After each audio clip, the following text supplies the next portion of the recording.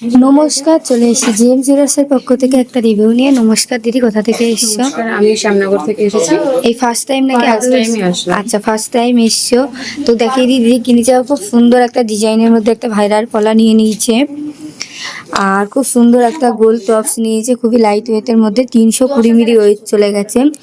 আর দেখো ডিজাইনের মধ্যে খুব সুন্দর একটা শাখা নিয়ে নিয়েছে, ডিজাইনটা দেখো কতখানি সুন্দর রয়েছে।